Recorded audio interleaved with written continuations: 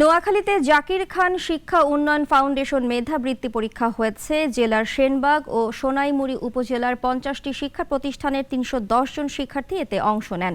পরীক্ষার সময় হল পরিদর্শন করেন সেনবাগ কিন্ডারগার্টেন অ্যাসোসিয়েশনের সাধারণ সম্পাদক জাকির হোসেন।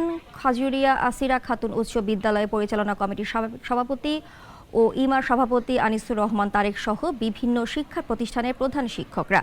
বৃত্তি পরীক্ষায় অংশ নেওয়া 310 জন শিক্ষার্থীর মধ্যে 63 জন শিক্ষার্থীকে বৃত্তি প্রদান করা হবে।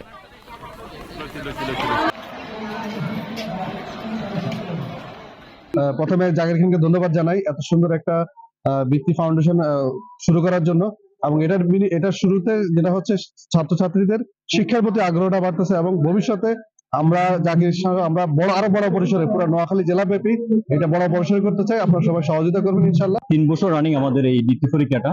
তো আমরা পরপর 2 বছর যে পরিবর্তনটা আমরা আমাদের চোখে দেখেছি, যে গাইডিয়ানের যে উদযাপনা এবং হচ্ছে গাইডিয়ানরা যে এটা এই বৃত্তি পরীক্ষাগুলো তাদের বাচ্চারা অংশগ্রহণ করে যে পরিমাণ আনন্দিত এবং তাদের আগের থেকে গাইডলাইন আরো বেড়ে গেছে।